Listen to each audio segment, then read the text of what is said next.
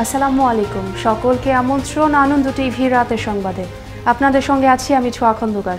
দেশের সকল রাস্তা ও ভবন নির্মাণে গুণগত মানসম্পন্ন ও স্ট্যান্ডার্ড সাইজের ইট তৈরি এবং সরবরাহ নিশ্চিত করতে সংশ্লিষ্টদের নির্দেশ প্রদান করলেন স্থানীয় সরকার মন্ত্রী তাজুল ইসলাম। রবিবার স্থানীয় সরকার বিভাগের সম্মেলন কক্ষে আয়োজিত রাস্তা ও ভবন নির্মাণের ক্ষেত্রে গুণগত মানসম্পন্ন ও স্ট্যান্ডার্ড সাইজের ইটের সরবরাহ নিশ্চিতকরণ সভায় সভাপতির বক্তব্যে এ নির্দেশনা প্রদান করেন তিনি। সাংবাদিক সংগঠনে নির্বাচিত 11 নেতার ব্যাংক হিসাবের তথ্য চেয়ে বাংলাদেশ ব্যাংকের ফাইন্যান্সিয়াল ইন্টেলিজেন্স ইউনিটের চিঠি দেওয়ার প্রতিবাদে দেশব্যাপী বিক্ষোভ সমাবেশের ডাক দিয়েছেন সাংবাদিক নেতারা। রবিবার দুপুরে জাতীয় প্রেসক্লাব প্রাঙ্গণে অনুষ্ঠিত মানববন্ধনে আগামী বৃহস্পতিবার বেলা 11টায় জাতীয় প্রেসক্লাব সহ দেশজুড়ে বিক্ষোভের ঘোষণা দেয়া হয়। এ সময় সার্বিক বিবেচনায় ব্যাংক হিসাবের তথ্য চাওয়াকে নজিরবিহীন হিসেবে উল্লেখ করেন সাংবাদিক নেতৃবৃন্দ। ই কমার্স গ্রাহকদের লোভ কমানোর পরামর্শ দিয়েছেন হাইকোর্ট। সেই সঙ্গে প্রতিনিয়ত প্রতারিত হওয়ায় গ্রাহকদের লোভ কমাতে জনস্বার্থে প্রচারণা চালানোর পরামর্শ দেয়া হয়েছে। রবিবার ফোনালাপে আড়ি পাতা বন্ধে রিট শুনানিকালে বিচারপতি এম ইনায়েতুর রহিম ও বিচারপতি মুস্তাফিজুর রহমানের হাইকোর্ট বেঞ্চ এই পরামর্শ দেন। আদালতে রিটের পক্ষে শুনানি করেন আইনজীবী শিশির মনির, রাষ্ট্রপক্ষে শুনানি করেন ডেপুটি অ্যাটর্নি জেনারেল বিপুল বাগমার। দুর্যোগ মোকাবেলার সক্ষমতা বৃদ্ধির লক্ষ্যে প্রায় ২৫০০ কোটি টাকার উদ্ধার সামগ্রী ও যন্ত্রপাতি ক্রয় করা হবে বলে জানিয়েছেন দুর্যোগ ব্যবস্থাপনা ও ত্রাণ প্রতিমন্ত্রী ডাক্তার এনামুর রহমান।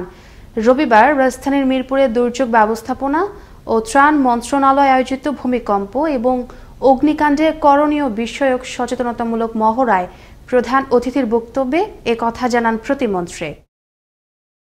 স্থানীয় সন্ত্রাসীদের চাঁদাবাজি ও নারী নির্যাতনে অতিষ্ঠ হয়ে প্রতিবাদ সমাবেশ করল নড়াইল সদরের শাহাবাদ ইউনিয়নের কয়েকটি গ্রামের মানুষ।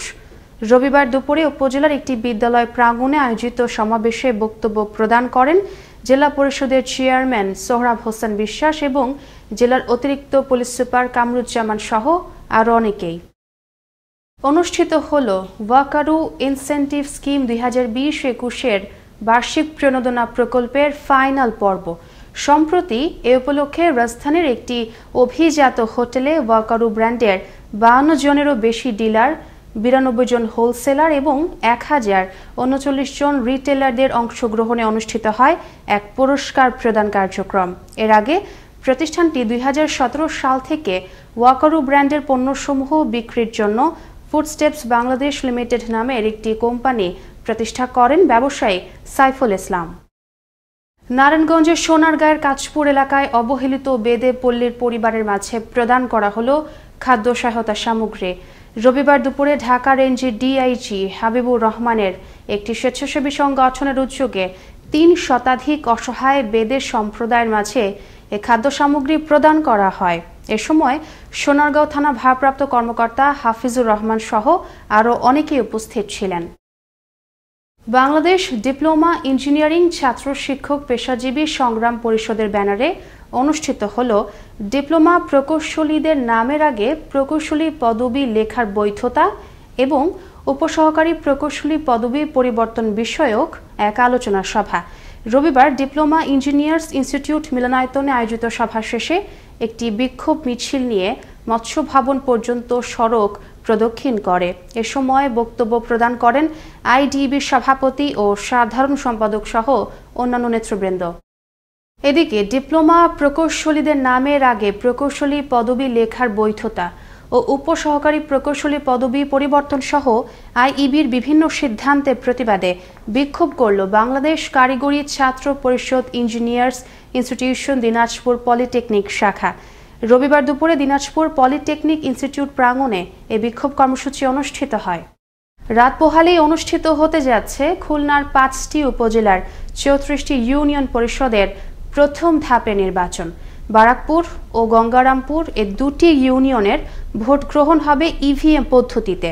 এদিকে নির্বাচন সুষ্ঠুভাবে সম্পন্ন করতে খুলনা জেলা নির্বাচন কার্যালয় থেকে সকল প্রস্তুতি সম্পন্নের কথা জানানো হয়।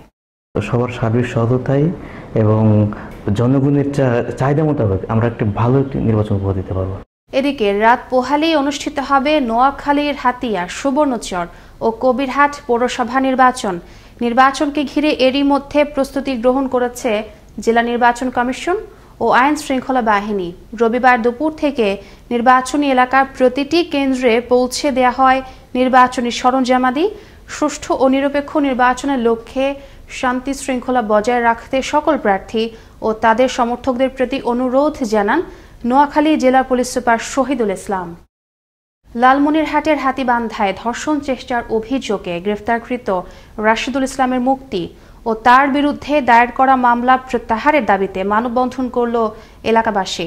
রবিবার দুপুরে উপজেলার গেন্দুকুড়ি বাজারে ঘণ্টাব্যাপী এ মানববন্ধন কর্মসূচি অনুষ্ঠিত হয়। এই ছোড়া চলে গেছে এখন এটা মিথ্যা খেসে ইয়ে করছে। ওর বড় মেয়ের নাম অনিপে, টাক দিয়ে আমাকে দুর্নাম দিছে এবং জরিমানা করা হয়েছে 4000 টাকা মিথ্যা মামলা। ময়মনসিংহের ভালুকার কাইচান গ্রামের মসজিদ কমিটি নিয়ে বাকবিতণ্ডার জেরে দুর্বৃত্তদের হামলায় আহত 2 জনকে দেখতে রোববার বিকেলে হাসপাতালে আসেন সংরক্ষিত আসনের সংসদ সদস্য মনিরা সুলতানা মনি। এ সময় তাদের চিকিৎসার সার্বিক খোঁজ খবর নেন তিনি। ওসি সাহেবের কাছেও সুষ্ঠু ন্যায় নীতির মাধ্যমে আমি একটি বিচার চাই। আমার হাসপাতাল থেকে সে ভালো সেবা পেয়েছে। এই মসজিদকে কেন্দ্র করে, সেই কমিটিকে কেন্দ্র করে এই ধরনের ঘটনা ঘটেছে, এটা আসলে এটা মানা যায় না। সোমবার অনুষ্ঠিত হতে যাচ্ছে কক্সবাজারের চকরিয়া ও মহেশখালী পৌরসভা এবং 4 উপজেলার 14টি ইউনিয়ন পরিষদের প্রথম ধাপে নির্বাচন।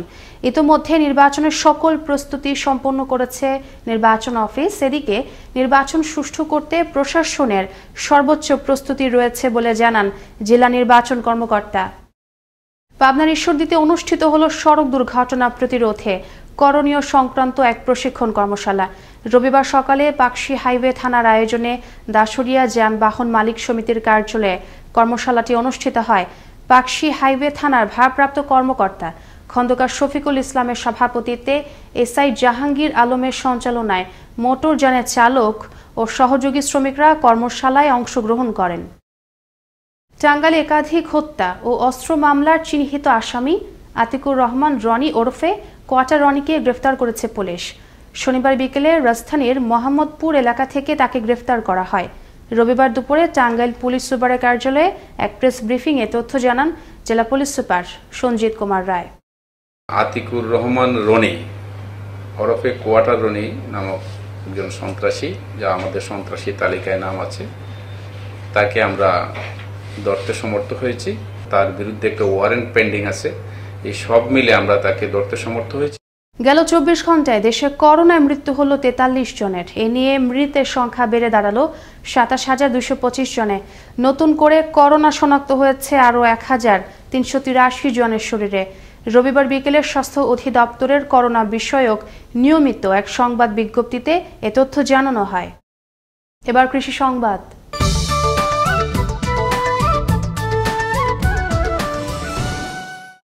বন্যায় সর্বশান্ত টাঙ্গাইলের ভুয়াপুরের নিম্নাঞ্চলের কৃষকরা। নষ্ট হয়েছে 130 হেক্টর ফসলি জমি, ভেসে গেছে পুকুরের মাছ, দেখা দিয়েছে গবাদি পশুর খাদ্য সংকট। এমতাবস্থায় সহযোগিতার আশ্বাস স্থানীয় জনপ্রতিনিধি ও উপজেলা কৃষি অফিসার। টাঙ্গাইল থেকে আলামিন শোভনের তথ্য ভিডিওচিত্রে আরো জানাচ্ছেন মোস্তফা কামাল তোহা। যমুনার চরাঞ্চল ঘেরা টাঙ্গাইলের ভুয়াপুর উপজেলা। বন্যার পানি কিছুটা নেমে গেলেও নিম্নাঞ্চলের জমিগুলো এখনও রয়েছে প্লাবিত। এতে করে রোপা আমন সহ সবজি ভাণ্ডার খ্যাত এই এলাকার কৃষকরাও হয়েছেন সর্বশান্ত। উপজেলা কৃষি বিভাগের তথ্য মতে সম্প্রতি সৃষ্ট বন্যায় পুরোপুরি নষ্ট হয়েছে ভুয়াপুর উপজেলার 6টি ইউনিয়নের 130 হেক্টর ফসলি জমি। সেই সাথে আংশিক ক্ষতিগ্রস্ত হয়েছেন আরও দ্বিগুণ, ভেসে গেছে পুকুরের মাছ, দেখা দিয়েছে গবাদি পশুর খাদ্য সংকট। এতে করে দিশেহারা প্রান্তিক কৃষকরা। এনজিও থেকে লোন কইরা খেত গাছিলাম 4 বিঘা, সব বন্যা দিয়ে গেছে, খায়া গেছে। ধান তো আমরা গাড়ছিলাম, তা তো সব খাইয়া দো হয়ে গেছে। এখন তো আর পানি না শুকাইলে গাড়তেও পারবো না, আবদ্ধ করা যাবে না। ধান গাড়ছিলাম, ধান খাইয়া গেল, ওখানে গরুরে কি খাওয়াবো, পানা খাইয়া খাওয়াইতেছি।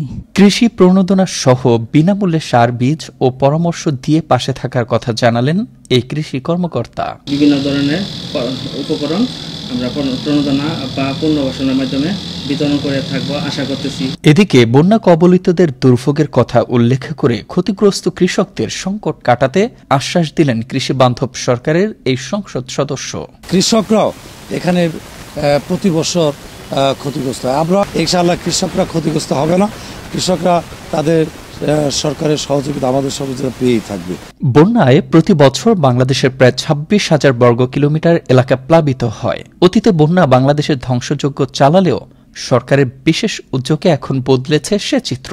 যুগ যুগ ধরে প্রাকৃতিক দুর্যোগকে মোকাবিলা করেই দেশের কৃষকরা ফলিয়েছেন সোনার ফসল। এখন শুধু প্রয়োজন ক্ষতিগ্রস্ত কৃষকদের সরকারি সাহায্য সহযোগিতার। মোস্তফা কামাল তোহা, আনন্দ টিভি, কৃষি ডেস্ক। এই ছিল এখনকার মতো আনন্দ টিভি সর্বশেষ সংবাদ এবং বিনোদন সবার আগে দেখতে ভিজিট করুন www.facebook.com/anondtvd পেজে। ধন্যবাদ সকলকে, শুভরাত্রি।